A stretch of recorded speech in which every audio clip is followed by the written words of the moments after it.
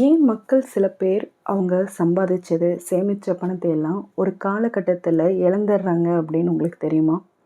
அது என்னன்னு நான் சொல்றேன். அது என்னன்னு தெரிஞ்சா நீங்க ஷாக் ஆயிருவீங்க. நீங்க நினைப்பீங்க, "என்ன இரும்பு பெட்டியில வைக்காதீங்க, இல்ல பெட்டுக்கு கீழ வைக்காதீங்க." இந்த மாதிரி நான் ஏதாவது சொல்வேன்னு நினைப்பீங்க. அந்த மாதிரியெல்லாம் எதுவுமே இல்லங்க. அது என்னன்னு முழுசா தெரிஞ்சுக்கணுன்னா வீடியோ ஃபுல்லா ஸ்கிப் பண்ணாம பாருங்க. இல்லன்னா நீங்க இழக்கக்கூட வாய்ப்பு இருக்கு. இப்போ தான் ஃபஸ்ட் டைம் நம்ம வீடியோ பார்க்குறீங்கன்னா, மறக்காம நம்ம சேனல சப்ஸ்கிரைப் பண்ணிக்கோங்க.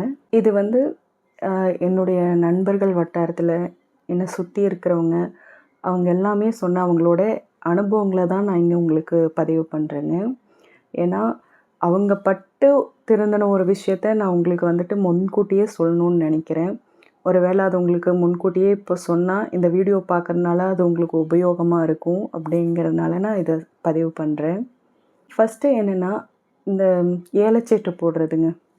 அதாவது அ இப்போ ஒருத்தங்க அங்கே ஏலச்சீட்டு போடுறாங்க. இப்போ நான் அங்க தான் கட்டிட்டுருக்கேன் அப்படின்னு யாராவது உங்களுக்கு தெரிஞ்சவங்க ஏதாவது சொல்கிறாங்கன்னா, உடனே அவங்க யாரு, என்ன, ஏதுன்னு தெரியாமயே நீங்களும் போய் அங்க பணத்த கட்ட ஆரம்பிப்பீங்க.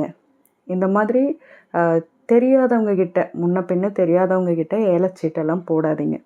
ஒரு வேள உங்களுக்கு தெரிஞ்சவங்க, இல்ல பக்கத்து வீட்லயே இருக்காங்க, ரொம்ப நம்பிக்கையானவங்க அப்படிங்கிற பட்சத்துக்கு ஓகே. மத்தபடி ஏலச்சீட்டு நம்ம சீட்டு போடணும், நம்ம அப்பதான் பணத்த சேர்த்த முடியும் அப்படிங்கிறதுக்காக, எங்கேயோ ஒரு பக்கம் சீட்டு போடுறாங்க, அவங்க சீட்டு நடத்துறாங்க அப்படின்னு தெரிஞ்ச உடனே அவங்க கிட்ட போயி முன்ன பின்ன தெரியாம பணத்த கட்டாதீங்க. 2வது உங்க ஃப்ரெண்ட்ஸ் கிட்ட, இல்லன்னா உங்க சொந்தக்காரங்க கிட்ட நீங்க பணத்த குடுத்து வைக்காதீங்க. பணமாகட்டும், இல்ல நகையாகட்டும், அந்த மாதிரி குடுத்து வைக்காதீங்க. இப்போ வந்து லேடீஸ் என்ன பண்ணுவாங்கன்னா, ஹஸ்பண்டுக்கு தெரியாம ஏதாவது பணமா சேர்த்தி வச்சிருப்பாங்க. இல்லனா ஒரு நகை எடுத்து வச்சிருப்பாங்க. அது வந்து வீட்ல இருந்தா தெரிஞ்சிரும் அப்படிங்கிறதுக்காக என்ன பண்ணுவாங்கன்னா, கொண்டு போய் அவங்க ஃப்ரெண்ட்ஸ் கிட்டயோ, இல்லனா சொந்தக்காரங்ககிட்டயோ கொண்டு போய் குடுப்பாங்க. "இந்தாங்க இது என் ஹஸ்பண்டுக்கு தெரிய வேண்டாம். நீங்க வச்சுருங்க. நான் கேட்கும்போது குடுங்க." அப்படின்னு சொல்லிட்டு. அத அப்படி வாங்கி வைக்கிறாங்கன்னா, இப்போ அவங்களுக்கே ஒரு பொருளாதார ஒரு சூழ்நிலை ஏற்படலாம். அது வேணுங்கிற மாதிரி. அப்போ வந்து அவங்களே வந்துட்டு அத உங்ககிட்ட கேட்கவும் செய்யலாம். "இது எனக்கு வேணும். நான் இப்ப எடுத்துக்கிறேன். நான் அப்புறம் நீ கேட்கும்போது குடுக்குறேன்னு" சொல்லலாம். இல்லன்னா உங்ககிட்ட கேட்காமயே கூட அவங்களோட பண தேவைக்கு எடுத்துக்கலாம். இல்ல அவங்களோட ஃப்ரெண்ட்ஸ் யாராவது, இல்ல சொந்தக்காரங்க யாராவது கொஞ்சம் பணம் தேவைப்படுது அப்படிங்கும்போது, இவங்க கிட்ட பணம் இல்லாத போது, உங்களோட பணம் நகை அங்க இருக்குதுன்னா, "சரி இந்தாப்பா இத வச்சுக்கோ. இத வந்துட்டு நீ திருப்பி குடுத்துரு." அப்படிங்கிற மாதிரி கூட, சரி அவங்க குடுத்ததும் உங்களுக்கு குடுத்துர்லான்னு கூட இருக்கலாம். அந்த மாதிரி பண்ணும்போது, அது உங்க கைக்கு திரும்பி வரும் அப்படின்னு எந்த ஒரு நம்பிக்கையும் கிடையாது. ஏன்னா, எல்லாரையும் நான் சொல்லலைங்க. ஒரு சில பேர சொல்றேன். அது வந்துட்டு திருப்பி நீங்க அத போய் பிரச்சனை பண்ணியும் கேட்கவும் முடியாது. ஏன்னா, நீங்க ஹஸ்பண்டுக்கு தெரியாம வச்சிருக்கீங்க. சரி இது ஹஸ்பண்டுக்கு தெரியாம குடுத்தது தானே, இத நம்ம திருப்பி குடுக்காட்டியும் இவங்க என்ன பண்ணிற போறாங்க அப்படிங்கிற மாதிரி கூட அவங்க அத அசால்ட்டா இது பண்ணிக்கலாம். அதனால யார்கிட்டயுமே வந்துட்டு கொண்டு போய் உங்க ஃப்ரெண்ட்ஸ் தானே, சொந்தக்காரங்க தானே அப்படின்னு எந்த ஒரு நம்பிக்கையிலயும் பண விஷயத்துல யார்கிட்டயுமே கொஞ்சம் ஜாக்கிரதையா இருக்கிறது நல்லதுங்க. அதனால இந்த மாதிரி யாரையும் நம்பி குடுக்காதீங்க. அடுத்து பேங்க்ல கொண்டு போய் உங்களோட மொத்த சேவிங்ஸையும் கொண்டு போய் பேங்க்ல போடாதீங்க. ஏன்னா, இப்போ திடீர்னு பேங்க் திவால் ஆயிருச்சுன்னா என்ன பண்ணுவீங்க? உங்க பணத்துக்கு ஒரு சேஃப்டியே கிடையாது. அப்போ நீங்க கேட்பீங்க, "ஏங்க பேங்க்லயும் போடலன்னா நான் பணத்த எங்க வைக்கணும்? நான் வீட்லயா வைக்கணும்? வீட்ல வச்சு திருடு போயிருச்சுன்னா என்ன பண்றது?" அப்படின்னு. வீட்லயும் வைக்காதீங்க. அது வந்துட்டு உங்ககிட்ட ஒரு அமௌண்ட்டு பணம் இருக்குன்னா, அது ஒரு இடமா வாங்கி போடுங்க. இல்ல வீடா வாங்கி விடுங்க. வாடகைக்கு விடுங்க. இந்த மாதிரி ஒரு விஷயத்துல அத லாக் பண்ணி விட்டுருங்க. மத்தபடி நீங்க பணமாலாம் கையில வச்சிருந்தீங்கன்னா, ஒண்ணு அது செலவாக வாய்ப்பு இருக்கு. இல்லன்னா அது திருடு போகவும் வாய்ப்பு இருக்கு. ஏன்னா நம்ம நம்ம வீட்ல ஐயய்யோ! திருடன்லாம் வரமாட்டான். இத்தன வருஷம் நடக்கல அப்படிங்கிற மாரியெல்லாம் எந்த ஒரு ஒரு அசட்டு நம்பிக்கையும் வச்சுக்காதீங்க. ஏன்னா, நம்ம எது நடக்காது அப்படின்னு எதிர்பார்க்காம நம்ம இருக்கோமோ, அது அந்த நேரத்துல நடந்துரும். இப்போ எல்லார் வீட்லயும் திருடு போனவங்க வீட்லலாம் வருஷத்துக்கு ஒரு தடவ, இல்ல 6 மாசத்துக்கு ஒரு தடவைன்னு வழக்கமா திருடிட்டா இருக்க போறாங்க. அவங்க வீட்லயும் அப்படிதான் இருந்திருக்கும். எந்த திருட்டும் நடக்காம. ஆனா, திடீர்னு ஒரு நாள் நடந்துரும். நம்ம எதிர்பார்க்காத ஒரு நேரத்துல. இப்போ கழுத்தில் நம்ம செயின் கூட போட்டுட்டு ரோட்டில் போயிட்டுருப்போம், திடீர்னு பறிச்சுட்டு போயிடுவாங்க. அந்த மாதிரியெல்லாம் கொஞ்சம் வீட்டில் தானே இருக்குது, நம்ம வீடு தானே அப்படிங்கிற மாதிரியுமே அசால்ட்டாக இருக்காதீங்க. குழந்தைங்க கழுத்தில் காதுலன்ட்டெல்லாம் தங்கமாக போட்டு விடாதீங்க. ஐயோ என் பிள்ளைக்கு நான் வேறு எதுவுமே போட மாட்டேன், நான் போட்டால் தங்கத்தில் போட்டு தான் அழகு பார்ப்பேன் அப்படின்னு சின்ன சின்ன குழந்தைங்களுக்கெல்லாம் செயின் போட்டு விடுறதாட்டும், கம்மல், மோதிரம், இல்லை தங்க வளையல்னு போட்டு விடுறது, அதெல்லாமே வேண்டாம். அதெல்லாமே அழகு நல்லா தான் இருக்கும் பார்க்கறக்கு. நீங்கள் வீட்டுக்குள்ளே போட்டு அழகு பார்த்துட்டு விட்டுருங்க அதோட. அதை வந்து ஒரு ஆடம்பரத்துக்காகவோ, இல்லை அதை என் பிள்ளை இப்படியே தான் போட்டுட்ருக்கணும், இது தான் போட்டுட்ருக்கணும் அப்படிங்கிற ஒரு ஆசைக்காகவெல்லாம் போட்டு விடாதீங்க. இந்த மாதிரி பணம் இருக்குது அப்படின்னா நீங்கள் இடமாவோ வீடாவோ அந்த மாதிரி பார்த்து வாங்கி போடுங்க. அடுத்து இந்த எம்எல்எம்மில் உங்கள் பணத்தை போடாதீங்க.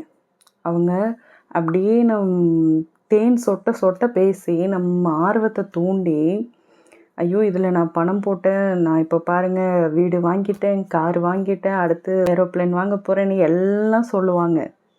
அடுத்து நான் வந்துட்டு இப்போ கோல்டில் இருந்தேன், அடுத்து டைமண்டுக்கு வந்துட்டேன், அடுத்து பிளாட்டினம் போகிறேன், அப்படி இப்படின்னு ஏதேதோ பேசி நம்ம ஆர்வத்தை நிஜமாகவே தூண்டுவாங்க. நம்மளுக்கே கூட இன்றைக்கே இதில் பணத்தை கட்டி சேர்ந்துடணும் அப்படிங்கிற அளவுக்கு பேசுவாங்க.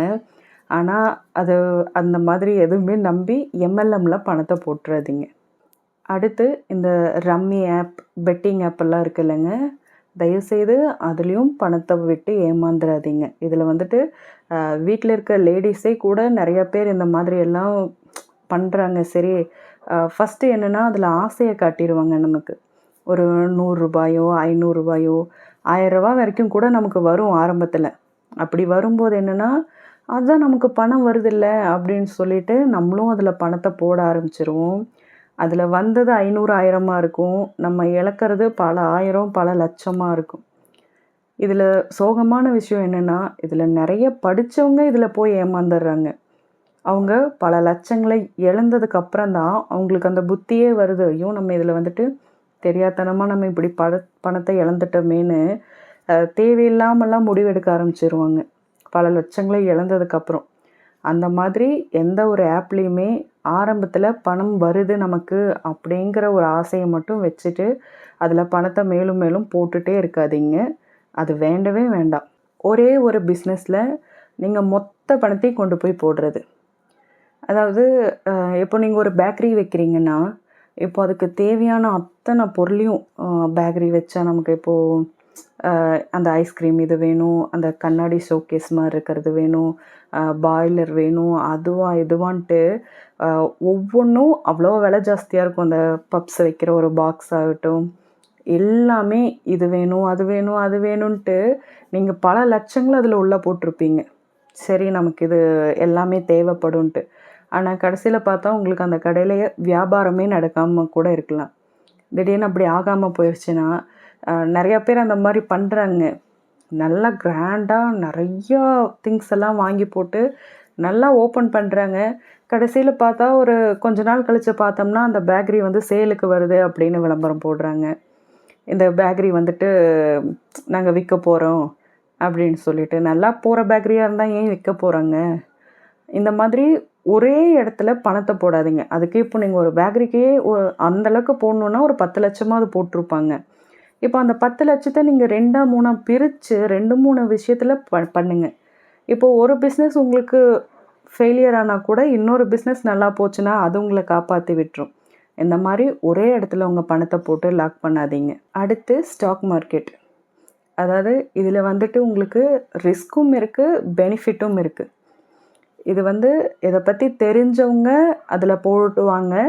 இதை பற்றி முழுசாக தெரிஞ்சுக்காமையே வந்துட்டு இல்லை இதில் நம்ம பணம் போட்டோம்னா இது வந்து நமக்கு திருப்பி லட்சக்கணக்கில் கொடுக்கும், பல லட்சங்களை கொடுக்கும், இல்லை பல கோடிகளை கொடுக்கும் அப்படின்னு சொல்லிட்டு நீங்களாக ஒன்று எதிர்பார்த்து கொண்டு போய் எதுவும் தெரியாமல் அதில் பணத்தை போட்டுறாதீங்க.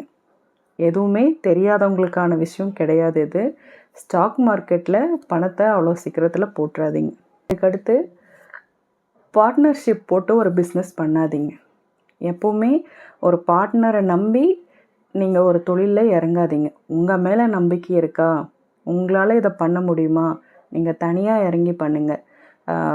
பார்ட்னர்ஷிப் நம்பி இறங்குனா அது வந்துட்டு ஆரம்பத்திலும் நல்லா போகிற மாதிரி தான் இருக்கும். ஆனால் அது போக போக தான் தெரியும் அதோட சுயரூபம். அதனால் நான் இது வந்து எல்லாரையுமே நான் இந்த மாதிரி சொல்லங்க. பார்ட்னர்ஷிப் போட்டு பிஸ்னஸ் பண்ணி சக்ஸஸ் ஆனவங்கலாம் இருக்காங்க தான். அது அது ஒரு நம்பிக்கையாக கொண்டு போகிறவங்கலாம் இருக்காங்க தான். ஆனால் ஒரு சில பேர் அந்த மாதிரி கொஞ்சம் ஏமாத்துறவங்களாவும் இருக்காங்க.